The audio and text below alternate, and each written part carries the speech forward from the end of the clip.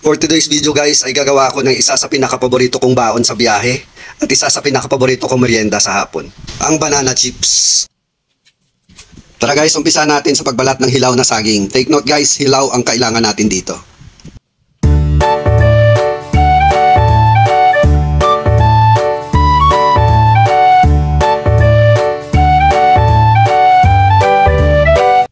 Siyempre after natin balatan, i-slice natin naman inipis. Tansya-tansya lang, yung tulad din na nakakain nyo na banana chips.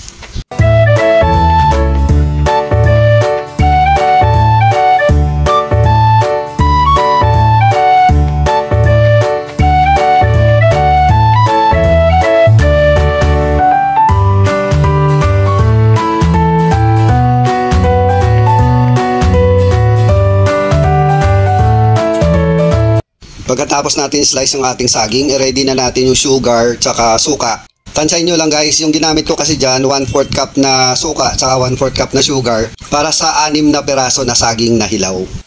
At inumpisan ko na nga ang pagprito ng ating saging hanggang sa mag-golden brown. At nilagay ko na yung ating mixture kanina na suka tsaka sugar, ang isang magsilbing pampatamis at pampalasa ng ating banana chips.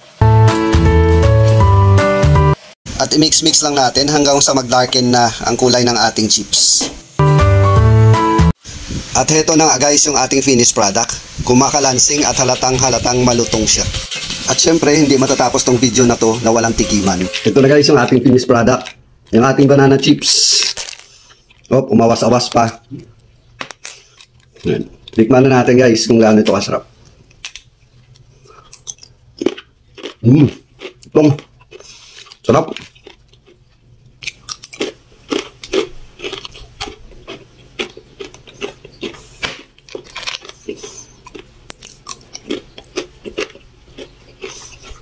Solve ang merienda natin. Ganito naman kadali pag magawa nito.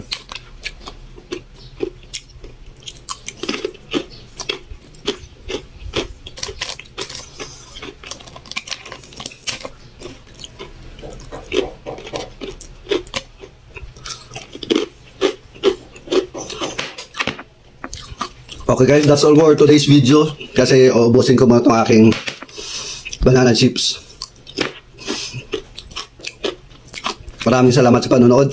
God bless everyone. Bye-bye.